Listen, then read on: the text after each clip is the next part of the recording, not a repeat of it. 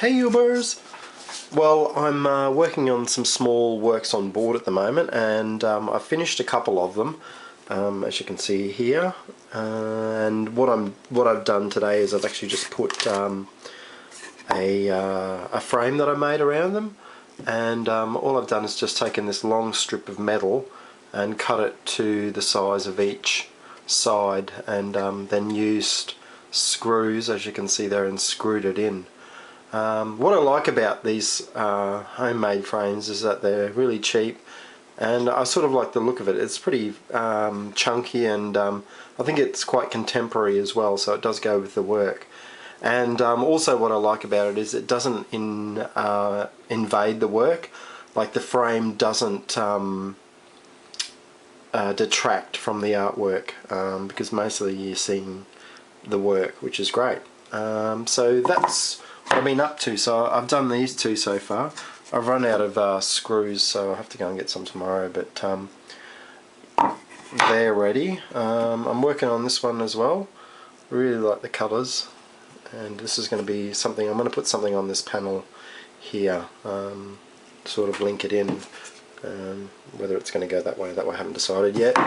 This is another one that's finished, which I have to put the frame around. But I was playing around with a flower that I copied onto plexiglass using a CD marker, and I thought it would look cool maybe attached to one of these particular artworks in some sort of fashion. I don't know yet, but probably not that one. But yeah, I also made a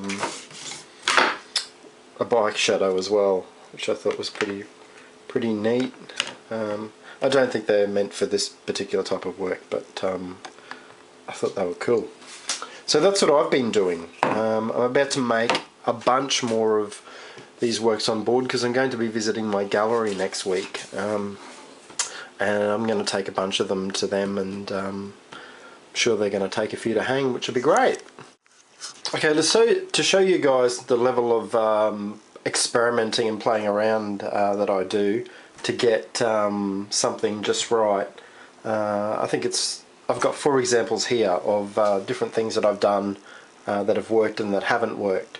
And all of this knowledge of constantly experimenting and trying different things really does help you hone in on getting something that works really well.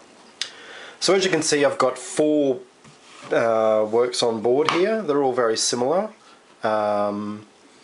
and I've been using Edgar Allan Poe stencil that I've created to play around with.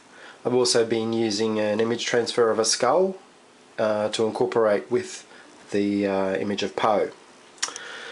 So on this example, I've been bringing my string art into it, and this time I've used copper wire and just some nails that are sort of coated like gold, and they're pretty cool.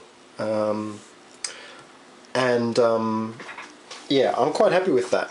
Whether I want to hit them down a bit further so that they go down, I might do that. But yeah, so that's that example.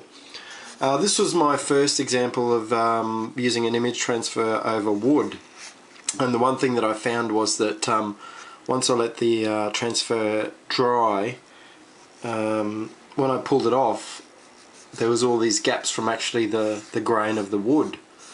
So then I realised that what I had to do was actually apply a thicker coat of gel medium to the back of the transfer. When I did that, the actual image came out so much better on the top of the wood. So that's one thing to note about if you're working on wood that has quite a strong grain, is to apply your gel medium to your transfer image a little bit thicker than you normally would. So for this final example, it's quite funny. I think my genius spoke to me at that particular time, and I was looking at what I was going to do, and all of a sudden the painting by Duchamp that came into my head, the nude descending a staircase number 2, came into my head. And what I really liked about that image, that particular painting, was that there was a lot of repetition and there was a lot of movement created in the work. And you know, it actually combines both elements of cubist and futuristic movement, which I really liked. So I thought of that, and all of a sudden I thought, well, why don't I try and do that with my stencils? Sort of create a movement with image. And this is my experimental first example. Now, what I might do is I might leave a space, this nice green space, and then create another part of it on here of Poe's face.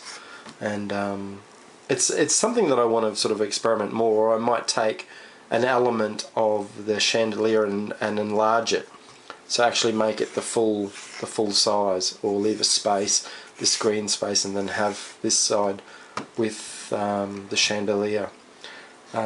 So you know, you can really see how much I experiment with the one image, and I'll just keep working it until I come up with new ideas, because this has spawned off a new idea of something that I can do with my stencils. Apart from just doing the obvious one stencil, I can now play around and repeat bits and pieces of stencils.